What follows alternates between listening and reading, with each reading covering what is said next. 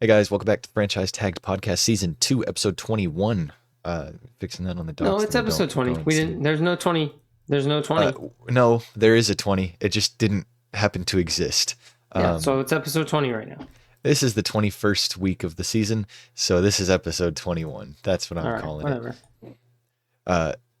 Elephant in the room, right? Last week, botched recording session.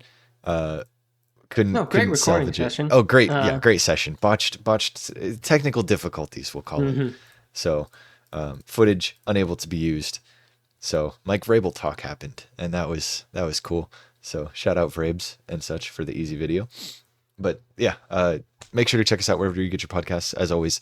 And we'll jump right into this game by game recap. It's going to be the same format it always is, game by game. Then some coaching updates because those have happened recently, and then we're going to break down some of the teams that have lost in the offseason and talk about where they go from here. And, Lost in the and then- postseason. We don't know if they've lost the offseason yet, but Did I say off? I swear I said postseason. yeah, offseason. But Wow. Then we go ahead and we'll wrap up the video with our picks for the conference championship matchups. I'll go ahead and I'll kick us off with the Texans and Chiefs matchup on Saturday. He likes to be mute on the Chiefs, so I'll take the heading on this one. 23-14 win for the Chiefs in that one, and the Texans just could not figure it out on special teams. There was the penalty on kickoff, which craziest thing. Guy throws his helmet. He's still on the field, runs over, pushes a coach, and looks like he's celebrating. It's just he was. He forced a fumble, and the fumble's still going, and he's just immediate. He forced a fumble, and that was his hype mode because he's a depth DB who got a good play on special teams by forcing a fumble. Like, was it a 70-yard return? Yeah, it was. Yeah, like what? Did the Chiefs end up with the ball anyways? But he punched that ball out, so he was hype. He punched the ball out and he was like, that's my job done. I don't need to chase this fumble. That's for everybody else to do. I'm going to run at my coach and throw my helmet. So, lack of composure there. Penalty on kickoff. They missed a field goal. They missed an extra point, and then they had a blocked field goal towards the end when it was really getting, you got to take your points when you have them. Just poor special teams play. And, obviously their missteps on offense and defense, which led to the score being what it was. But honestly, special teams, the just bare minimum, the worst part of the Texans game, and that's why they lost him. Yeah. So one thing from that game that I do want to talk about is the tackle on Dalton Schultz that he got up and looked for a flag. It was such a textbook hip drop tackle. Mm-hmm. And this is something that's been happening all year. I went into this weekend of prep. Like after the games, we typically do a little bit of prep. We research a little bit on what we might talk about. And I entered this weekend being like, I don't think a single hip drop tackle penalty has been called all year. I know there's been fines for them. And in fact, there's been 23 fines, likely 24 Damn. after that one. Mm-hmm. But I was assuming that there had not been a single penalty called. And so I was going to call the rule just a cash grab by the NFL, basically just implementing a rule so that they can fine the players on another thing so they can get a little bit more money. Greedy league and all. It's a professional sports league. They're greedy. And so that's just what I had assumed. And I was like, that's stupid. Wish they hadn't implemented it in that way because that's really dumb and also doesn't help player safety if you're just fining them instead of actually calling them out for it actively as it's happening. Mm-hmm. But there was a hip drop penalty called this year. It was One. one. It was in week 16. The Panthers were playing the Cardinals, and Jacoby Windman, a player for the Panthers, I don't know either, tackled James Conner and got called for a hip drop tackle. And that is the only time that a hip drop tackle has been called all year. And I just wish there was some consistency.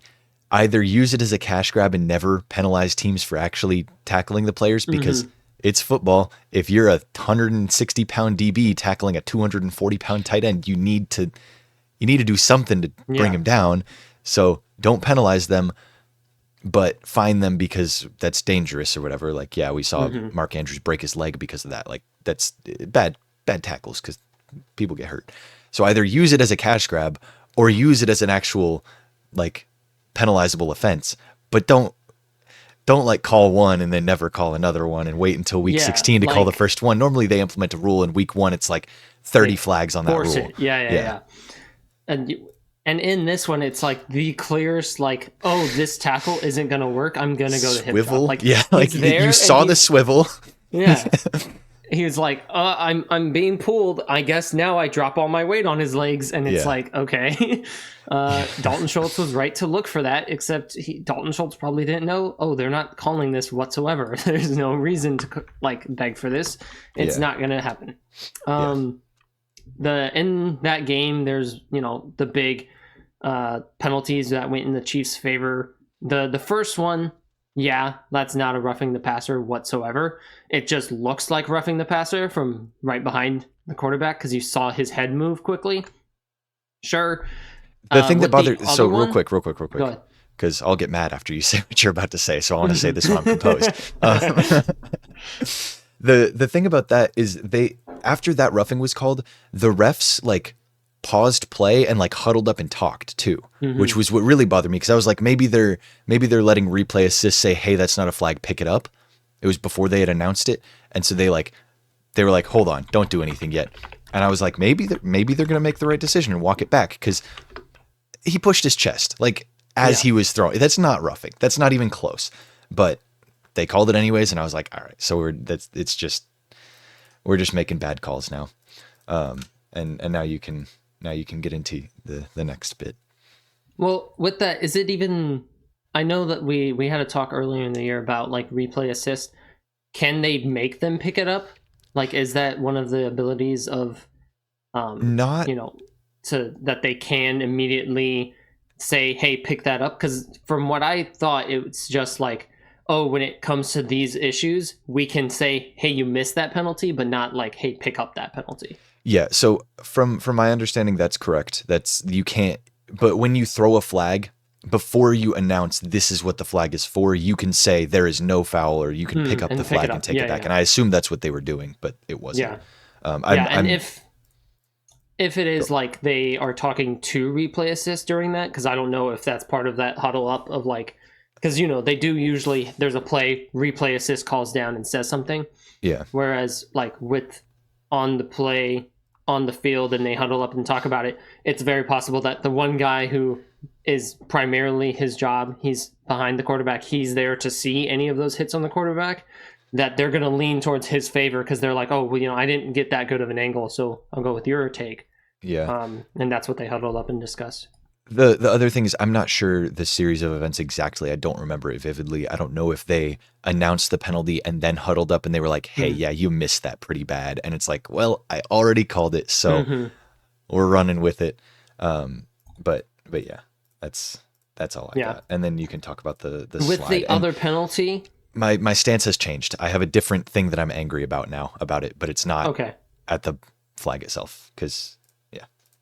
Yeah, I think, this other penalty, if you haven't seen it, look it up. I mean, it's just Houston Texans, Chiefs, penalty, and then it'll show up.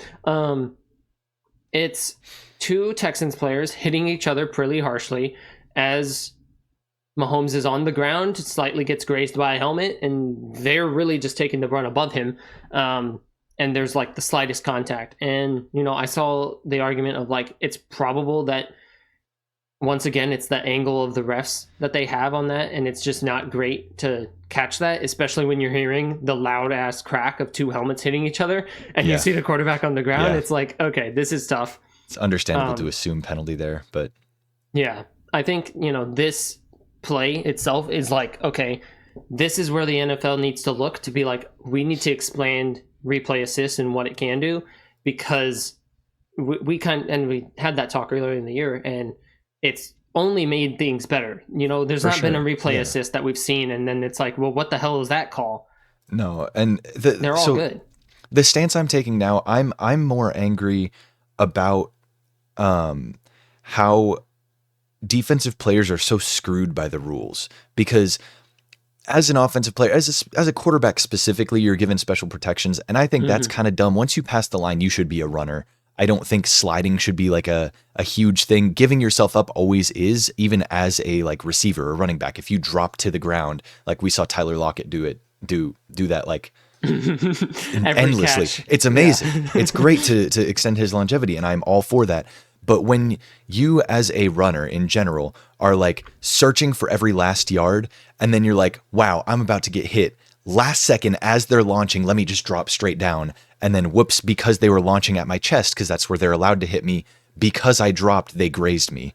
That's where I see it as like, there's no winning for the defensive player. Because if you aim high so that you don't get them when they're sliding and then they don't slide, that's a helmet to helmet hit and you can't, like that's a flag. But if you aim low and they do drop, then that's a helmet to helmet hit because they're dropping and they're sliding. So there really isn't when those last second slides, when he drops down at the last second, or when any quarterback drops down at the last second after like juking, jumping around and like trying to get every last yard. When that happens, I feel like that goes against the spirit of the game, and the spirit of protecting offensive players is making sure that defensive players can't just like headhunt, which is great because that would kind of ruin the product as well. But when it's exploited to an extent, that's what bothers me. I don't hate Mahomes for doing it, because if he can exploit that, if he can get flags thrown and get 15 yards, why wouldn't you? Like that's no brainer. Drop and get these flags called. I'm not mad at the refs for calling it, because you're protecting the golden boy, and as dumb as that is, it's gonna happen. It happens in every era with every golden boy. And they get even, protected. Even if that's not protecting the golden boy of Mahomes, it's protecting the golden boy of the offense, a quarterback position. Yeah. It's gonna be that's a penalty that isn't like, this is Chiefs specific. This is going to be thrown because it's a quarterback taking this hit, or a perceived hit, because it wasn't an actual big deal. Something else that I've noticed a little bit, and I'm curious if you noticed this as well. They were protecting him a lot that game, because he got wrapped up and taken down, and he bounced off somebody's leg and thought he was still up. But as soon as he got wrapped, they blew the whistle. So I saw the replay, so his knee did hit the ground when he was getting taken down, but he thought he was still up. And I heard him I don't know if it was like the mic'd up or just the ref's mic that I picked up. But he was like, I wasn't on the ground. I wasn't down. And so he wants to keep going and like see a play out. But the refs are like, that's a tackle. We got to blow the play dead now so that he doesn't keep running and take another hit, whatever. Like it's just such an immediate, like he's hit, play's done. And you don't see it as much with other more mobile quarterbacks, like a Josh Allen. When he's stuffed in a pile, you're like, well, he could push the pile. You see it with like a guy like Jalen Hurts, or with like a Lamar Jackson, where he could bounce off a pile. And I'm curious if you've seen it with any other of the, I wouldn't call him an immobile quarterback, but the other primary passers rather than like dual threats. I really wouldn't call Mahomes a dual threat. He's a mobile quarterback, but he does what he needs. Like he runs when he needs to. I think like I haven't noticed it specifically for quarterbacks in that sense of like, oh, I see a knee down, I'm going to call it. Done, like blow the whistle dead. Well, yeah, I mean that's with every play. It's something that I think I've seen, like when you're unsure as the viewer, when the broadcast is unsure, like, oh, I don't know if he's down. The refs are still calling it because they can tell better than we can. I have noticed that, like, hey, wait, he's still like, and then no, he stops running, and it's like, yes, his knee clearly hit the ground. And you might not have thought that the ref would be able to see that, because half the time they can't see shit. Yeah. But sometimes they manage to pull that one out. Like they manage to actually end the play when it should be ended. And, it's not quarterback specific. I haven't noticed it be super quarterback specific. It's because they sometimes only run so much, especially the primary passers. Yeah, sometimes running backs get stood up as well. And they're like the pile's moving a little bit, but they blow the play dead. And then the pile just goes straight forward, and you're like, why'd you, like, come on, man. Give me those extra 7 yards. Noticed that with Marshawn Lynch a lot back in the day, when he would just be carrying a pile, but the play would be blown dead, so he couldn't do what he was good at. But Chiefs talk done, successful, not angry. Let's move on. Before he gets angry. Hulk out. We can go ahead and move on. Disappointing loss to the Lions season. There's a lot of hatred, I think, going towards Ben Johnson for the loss. from Lions fans. Just like he was focused on his job interviews. His foot was out the door. Pre-planned his DC pick and all of that, which like. Yeah, it was pretty damn quick. It's like in the locker room post game. He's like, letting y'all guys know I'm not going to be coaching for the team next year. And then the next day, he's apparently already got his DC picked out. It's a little quick. The play calling had some issues. I mean, running empty, 3rd and 1, kind of silly. But Jared Goff didn't have a great game, and I feel like the part of Ben Johnson's play calling that wasn't good was the fact that he didn't pivot at all from what they were doing. We ran the ball very little for what the Detroit running offense is usually, against one of the worst run defenses in the league. And, it is what it is. We really tried to make it as competitive as we could down the stretch. Jared Goff and Jamo just seem to be off all day with those little things. And then, there's the, did Jared Goff get concussed and they keep playing?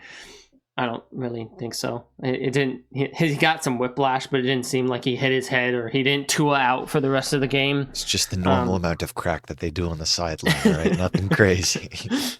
Yeah, he did a line and he was good. That's why he had to go to the locker room to get evaluated. That's where they get the good stuff from the back. they keep the basic like keep you level stuff in the on the bench. That's what Ben Johnson does to start calling his plays. But Jared Goff, he needs the good stuff. Yeah, I mean, This was a great on the flip side of Detroit.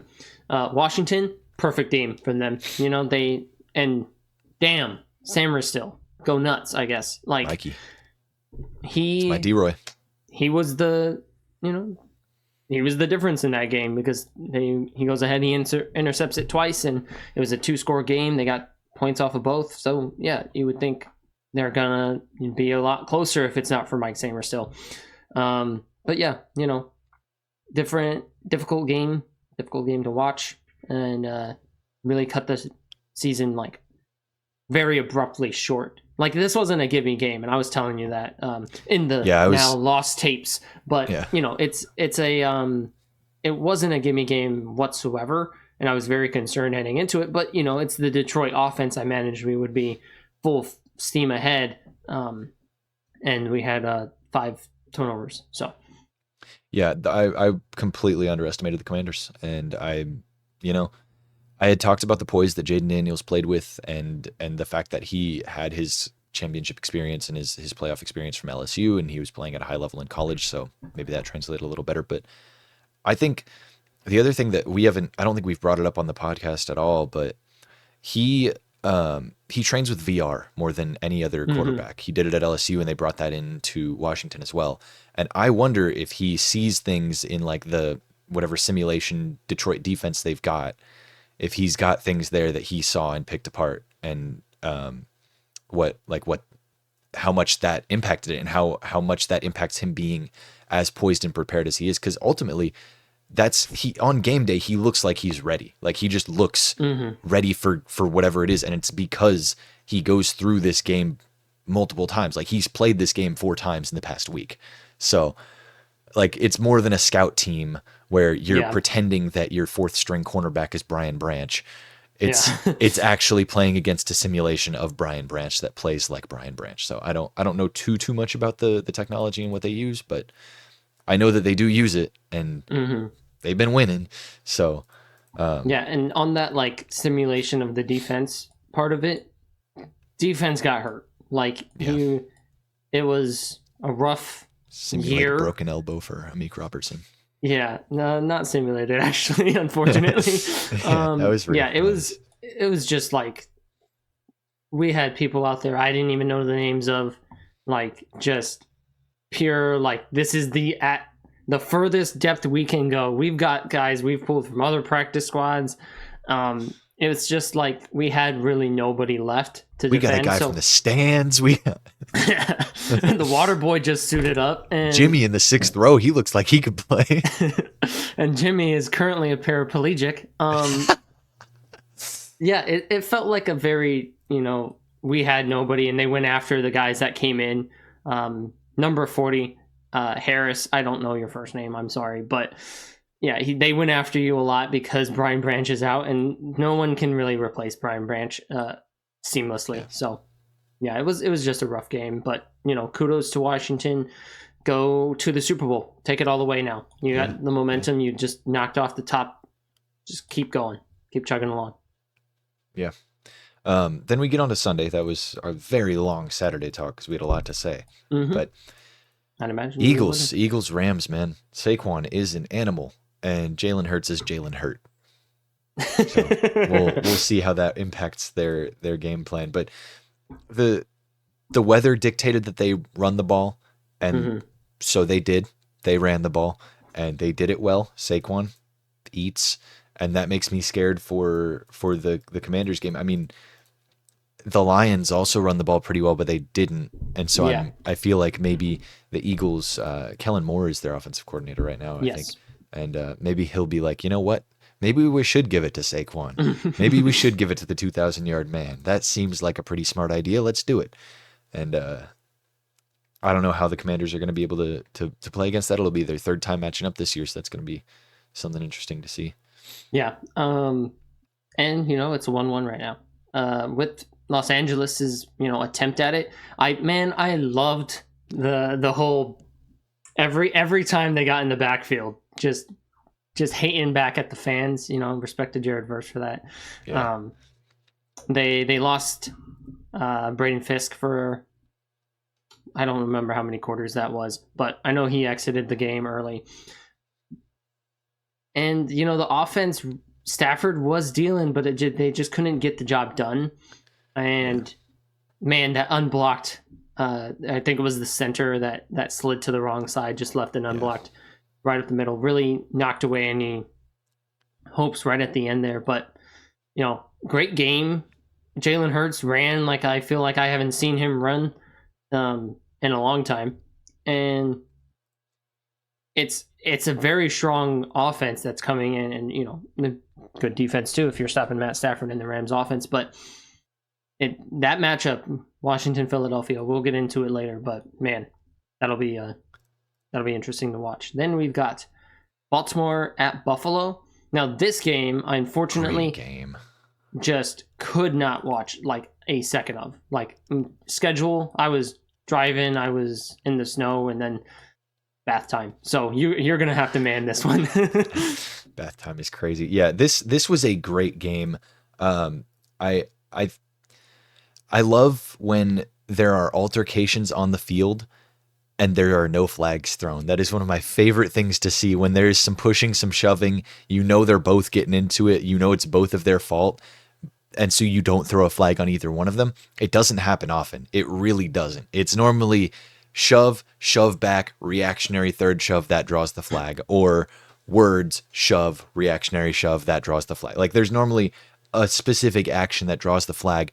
But when you're both grabbing onto each other and you're both going at it, you can't really throw a flag on either one of them because both are getting taken down. A ref got taken down mid-game. Like there were two guys tussling, and then they bumped into a ref or hit a ref's legs, and he fell. Still no flags. So that was really cool to see. It was really a really good game, and it kind of followed the theme of this weekend. I don't know if you've seen any of the I assume you haven't. You're chronically offline, if you will. Yep. But every winning team was outgained by the losing team. All four winners had fewer total yardage than all four losers. But all four winners had 0 turnovers, and 3 of 4 losers had turnovers. The only one that didn't was the Texans, and they had some special teams blunders that I think equate to turnovers. Yeah, effectively. Yeah. But yeah, right at the end of the game there, the Ravens put it together. They got down the field. Isaiah Likely scored a touchdown. I think he's going to have a huge role next season. And part of that is because I think it's time for Mark Andrews to hang it up. There were multiple plays that game where he just wasn't himself. And it's kind of felt like that this whole season, where going into the year, we were excited about Mark Andrews. Then Isaiah Likely went for over 100 yards week 1 against the Chiefs. And I don't see a future where Mark Andrews is a a significant starter. Maybe he takes snaps for him next season. Maybe he's in blocking packages, but I just can't. I can't see him still being tight end 1 after this. I mean, the dropped 2-point conversion, like that was the culmination of events. I'm not putting it all on Mark Andrews for the loss, because Lamar, you got to not throw that pick and not fumble the ball to give them 2 scores, and they could have been in that game a little bit better. But that ball could have been placed a little higher. It was a wide open pass, and he threw it at his hip basically. So that's a tougher catch to make when you're running away and trying to reach back for it. But it's still a catch you got to make, and it's just an unfortunate thing to see one of the better tight ends of the 2010s and on, and he's fizzling out. Mm-hmm. All right, and that brings us. All right, and that brings us to our pick'ems recap. So I picked the Chiefs, you picked the Chiefs. I picked the Bills, and I was correct there, and you had picked the Ravens. So 1-1s for you and 2-0 for me, and then we get to the Lions, which we both picked, and then the Eagles we both picked. So you were incorrect on the Commanders and the Ravens Bills outcome, and then I was correct on all but the Lions outcome, which then hurts the most. Next up, we've got some coaching updates. We had Mike Vrabel and my video on that this past week in lieu of a podcast. But we've got some more news, and that was recent as of a couple days ago up to right now as we're recording. Ben Johnson hired as the Bears head coach, and he is rumored to prefer Dennis Allen to be his defensive coordinator. So if that happens, cool. That's some big names for the Bears, and that's looking up for them. Then we've got Lou Anarumo being named as the Colts' next defensive coordinator. Great to see him get another shot at a defensive coordinator job. He was really handed a crock of shit in Cincinnati. So cool to see that he was given another opportunity. And then my Patriots, we get a guy at offensive coordinator. He ain't going anywhere, no matter how good he is, and that is Josh McDaniels. Now, this is one that I will talk about a little bit longer than any of the other ones, because I'm a Patriots fan. I think that some of the names that were floated around, it was the Vikings assistant offensive coordinator and assistant quarterbacks coach. I cannot remember his name, but he was rumored to be one of Vrabel's favorites for the offensive coordinator position, as well as a couple other like higher level assistants in successful offenses. And I think the McDaniels hire is better in the long run, because one of these guys that's a super hot name to become an offensive coordinator and then get to work with Drake May, so they'd inevitably look good if we get a decent offensive line, that is. So they look good. Drake May looks good. They're gone after a year because somebody wants them as their head coach. So I think Josh McDaniels, it'll take like 3 to 4 seasons of him having a really, really good unit for anybody to give him another chance at being a head coach after what happened in Vegas. And I don't know if they were still in Oakland at that time, but for the Raiders. So I think that's the right move. It's kind of, the story of the offseason is that it's been this name all along, and there's a lot of other smoke coming up. And then it's just that name for the Patriots. It was Vrabel, then it's Ben Johnson. It could be. I really hoped it was. And then it wasn't. It was Vrabel the whole time. And now it's Josh McDaniels. Oh, what about QB's coach? What about this guy? What about that guy? What about McCown? No, it was McDaniels the whole time. Yeah, I think, and you sped past the others, so I'll touch on the others more. You got your talking for the Patriots. With Lou Anarumo, I think that the defense, the talent has been on the Colts defense for probably, we'd say, the past 3 years. They've added more to it with Latu.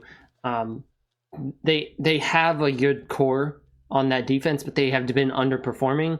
And it's kind of the same with what happened to their offensive line. They had a great core, great offensive line, one of the best, and then it really faltered and had a real big fall off. And Lou Anarumo is the guy you bring in that he is already proven. When he was a defensive coordinator, he got head coaching recognition. He got those interviews. And you bring him into a very talented roster that has been underutilized in years past. I think that this is going to be a big push for the Colts. in terms of production on that defensive side. And then with Ben Johnson, it did really seem like he was all along going to be the Bears head coach. It was the best situation going into it. And then, the Raiders are trying to make a big push supposedly, and he's like 2 hours after the game, he's like, oh no, I'm going, I know where I'm going to. So it seems like it's a very good situation for Ben Johnson to go into. I wonder if he's going to go ahead and replace DeAndre Swift again through the draft. You never know. But there's a lot of good things around Ben Johnson in that building talent wise. Likewise with Lewin and Romo. They have great talented rosters, and it's just the utilization of them. And then, staying in the NFC North with our last little bit of coaching update is Kevin O'Connell's extension. He agreed to a multiple year extension with the Vikings, which damn well, you saw what he did. It doesn't matter how it ended. Only one team is going to win the Super Bowl. And so you had the season you did. You go ahead and extend the coach that got you that season and has gotten you this, continued success. Whereas, we might have thought, they have 11 wins, but they're not worth it. In the past, they've certainly won a lot of close games, and they've proven that, KOC is the reason why they're winning these games. It's just so tight. Coaching matters in those games. Yeah. So 10 teams have now lost in the playoffs, and we discussed them at length in our last episode that never aired. So we are going to blitz through the 6 teams that lost last week, and then we're going to talk, 2 weeks ago, and then we're going to talk about the 4 teams that lost this past weekend in the divisional round at a bit more length. But I will let you blitz through these first 6 teams, which are the Steelers, Broncos, Chargers, Bucks, Packers, and Vikings that all lost on wild card round. Yes. I know there's that whole segment of fastest 2 minutes. That's what I'm aiming for with this blitz right now. So we're going to go ahead and we're going to start off with the Steelers. We have $58 million in cap space for them to spend, but they have quarterback questions. Losing Russ and Fields, their contracts are both up. Which one will they extend? Will they keep either? Those are the main questions heading into the offseason for them, along with the running back room with Najee Harris and Jalen Warren both having their contracts be up as well. Then we move on to the Broncos with $58 million in cap space. That's ironic because they're still paying Russ $32 million and they only have $58 million in cap space.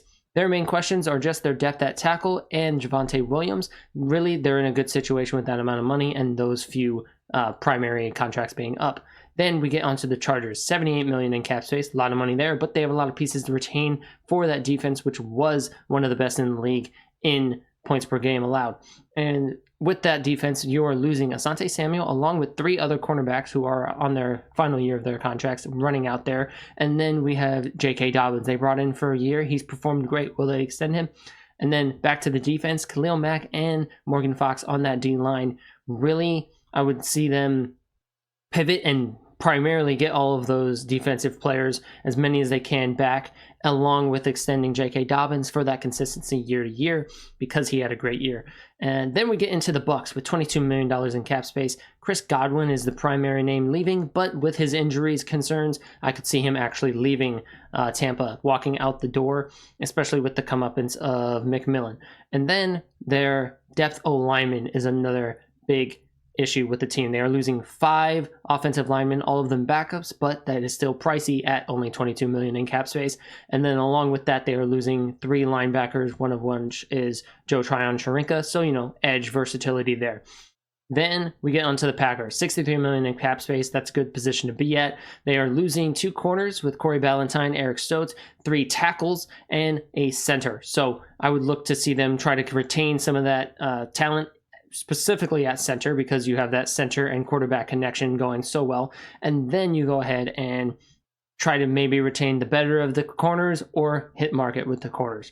$73 million in cap space for the Vikings. Sam Darnold, big question mark on if he will get a big extension or if they will move on to the injured rookie this season and, second year player from the Michigan quarterback.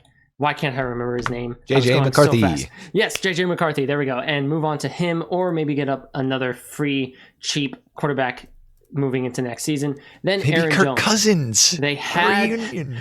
Then Aaron Jones. They had him for just the season, pulled him from a division rival. He had a productive year, but I'm not sure enough to really garner much more money being spent on him. $73 million in cap space, good position to be at. Now we have hit the divisional round, and you get to start us off with the Texans because I need a break. Drink some water, buddy. So we start off with the Texans, who lost to the Chiefs. They have $10 million in cap space and are losing Stephon Diggs and Robert Woods out of their wide receiver room, and then Jeff Okudah and Foley Fadusaki out of their DB room and offensive line. Fadusaki, defensive line. Defensive line. Knew he was a big boy. So just depends on what they want to do to retain here, what they think they can replace in the draft and in free agency, and what moves they might want to make to shore up that offensive line, which is an issue. So we may see some cuts. We may see some increases in that cap space by any means necessary. So, I could see Diggs getting extended here because he's on a void year. So they're still paying him this year, despite him not playing for them. You extend him, you get some more years, you push back the void, and you can create a little bit of cap space by doing that move itself. But you're still paying him, so the cap probably wouldn't increase by too much. I'll go ahead and lead us off into the Lions, who have $68 million. Carlton Davis, Marcus Davenport, who was on IR all year, so hopefully maybe he'd consider coming back if we wanted him back. Kevin Zeitler and Tim Patrick, Dan Skipper, these are big names, but I would say Carlton Davis, big leader in the DB room. We had great play from him all year, really, and they would definitely want to bring him back. With Tim Patrick, it's a name I want them to bring back, but he's that mild contributor wide receiver role. It's all about chemistry, so it could be something that they retain if Goff likes him that much, which from what I've seen, I would think he does. Kevin Zeitler, I would also see being retained along with Dan Skipper, but you can't retain everybody, so it very well could be Giovanni Manu's spot to take, and they go ahead and rock with him. They also had Christian Mahogany, who took some snaps this year and played great. So, there's options. You don't have to stick with Zeitler. So Dan Skipper, celebrity up here. I imagine he's coming back. I wouldn't think he's going anywhere else. 68 mil, good position to work with, and I'm excited to see what the offseason brings for the Lions, since I have nothing else to look forward to. Then we got the Rams, who also lost. They got $49 million. They are losing some tackles. Joseph Noteboom, Alaric Jackson, Bobby Brown on defense, Demarcus Robinson and Tutu Atwell out of the wide receiver room, and then Christian Rosenboom also on defense. Out of this group, I think you retain your tackles. You want to keep some offensive line consistency, and while it hasn't been, top end, it's been pretty good. And with those wide receivers I mentioned, they're, as I said, with Tim Patrick, that middle of the road contributor role. Not to say that they haven't done enough to prove that they're worth an extension, but it's the money that needs to talk well. And if they want to stay with Stafford and take that little bit of pay cut so that way they can continue to extend this window, then that's something to be considered. With Roseboom, I would imagine he's back. I just have that vibe. I feel like he's been a big enough contributor to not ask for too much, and also, come back to continue being on this team and liking where he's at. But that's all I really have on the Rams here. Yeah, the other thing is that Cooper Kupp his future is a little uncertain, because he may want out, he may want some more money, and I could definitely see him going to a non-contender. Honestly, I think is because if he wants to be on a contender, he's gonna have to take a pay cut, and if he's gonna take a pay cut to be on a contender, just stay in LA. Come on. But if you want more money, you go somewhere like the Chargers or something, where they're good, but they've got money. Right? Chargers have money? Yeah, they got money. Chargers have money. They kind of need some receiver help, some solid receiver help, and I could see him working out there. Really take any of the teams that have photoshopped T. Higgins into their uniforms, and you could see Cup going there as Cup, well. I'm yeah. talking about my own Patriots. Mm-hmm. I'd rather not have another shifty slot guy, but good receivers are hard to come by, so we'll take anything we can get. Then A we get into shifty white receiver. I think I know greedy lunch exactly where pail. he's gonna go. Freaking Cup and Edelman talked about it on a podcast. They were like, yeah, anytime any white receiver comes in the league, they're comp to one of us. And when Cup was coming to the league, his comp was Edelman, and when Edelman was coming to the league, his comp was Welker. And like, it's just It's a pipeline. It's a pipeline of just a shifty slot guy. That's all that is similar there. First guy in, last guy out. Anywho, lunch pail. Getting on to the Ravens, the last to lose this weekend. They're losing Patrick McCarry, Ronnie Stanley, Trey White, Ben Cleveland, and Brandon Stevens. Stevens had 17 starts this year, so he started every game for the Ravens. He's a DB, I believe. Yes. I know I put him on the list, but I don't fucking remember. I double checked. Ronnie Stanley is a name that I, as a Patriots fan, we need offensive line. He's a name that I've seen brought up a lot as one we should hand a blank check to. So I think it does depend on if he wants to compete to get a ring, stay in oh my God, Baltimore. B-more? There we go. There you go. Be more. Stay in Baltimore if you want a ring. Come to the Patriots if you want some money. We got $153 million with your name on it. Can't give it all to you, but we can give you a lot. And then guys like Trey White, Brandon Stevens, I could see coming back on like a 1-year deal. Trey White, maybe a little less so. He's probably looking towards retirement. And then Ben Cleveland, any other offensive line guys, probably you'd want to keep around. Just as many as you can.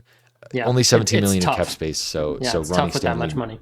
Yeah, Ronnie Stanley may be gone. That's kind of the fear, but yeah, that's it. We didn't really touch on the draft needs of these teams too much like we did the first time around, but you didn't see that first time around, so yeah. So we're just going over the players they're losing. You know, you missed the great debut. We had to change it up. I had to throw in, my speed run there. Try to get that as fast as I can. But it's not your fault. It's not your fault. I wonder how fast I got that. I'm gonna need to watch that final edit. I'll time it. I'll let you know. I'll actually put like a little stopwatch on the screen. Yeah. Anywho, I think we can get on to our final week of pick'ems before Super Bowl weekend, and that would be just championships. So Chiefs, Bills. That's Bills at Chiefs, and then Commanders at Eagles. I'm gonna take the Bills over the Chiefs. They've beat them once. I think they're the better team. The ref crew is Clede Blakeman, and he's a pretty fair ref from what I've heard as far as the Mahomes stuff goes. He's not one of the one that they just had. He's been pretty egregiously favorable to the Chiefs. I think they're undefeated when he's their referee. But I don't remember. No, Tolbert's a whole other problem. But no, this was Tolbert's the Super Bowl ref. So I really hope the Chiefs don't make it to the Super Bowl, because then they've got that in the bag. I'm looking up who the ref was for the. I know. What's his name? I can't remember his name, but if I saw it, I would know exactly who I was thinking of. Clay Martin was the Chiefs Texans, and he's been pretty favorable for KC. All I know is the ref that I put on a thumbnail, and I said ban refs. Bill Vinovich. And then the other guy I also put on a thumbnail that was this year, and he's wearing the red. I tinted the black lines red. Those are both no good ref. Bill Vinovich is the one that missed the DPI and the Saints. Mm-hmm. That's the one that I put burning on a stake. We've really had fun with the refs over here at Franchise Tagged.